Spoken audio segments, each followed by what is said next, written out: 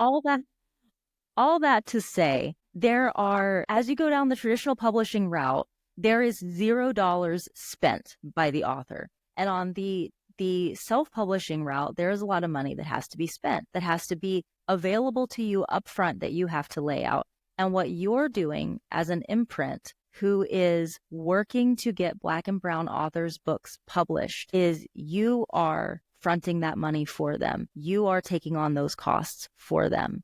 And so I was wondering if you would talk a little bit about what are the costs for an author who would be trying to self-publish their book that you are going to end up taking on for them by bringing them in to Left Unread and signing them with your imprint. Yeah, for sure. Obviously, it's going to vary from person to person, and it's really going to vary depending on how connected they are, because there are a lot of resources that exist within the indie author community, but that's not something that most people coming in with their first book knows about. But just editing alone in general for a full-length novel is going to cost you several $1,000s. And that's obviously, once again, there are plenty of editors that work at lower rates. There are newer editors. There are editors that will create payment plans, but in general, that's not something that people have access to until they've, been in the industry for a while and gotten to develop relationships and they know people. So most people are having to find several $1,000s out of pocket or skip it entirely, which we know that does happen. And for a good cover that is going to attract people and pull people in and really get your vision covered, you're looking at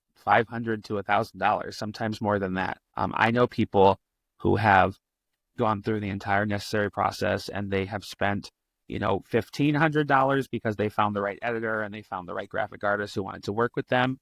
But usually it's more like $5,000 or $6,000. And that's before we're ever looking at how to market a book, before we're ever looking at developing your website and figuring out where you're going to promote it, and Amazon ads and Goodreads ads and TikTok and Facebook ads.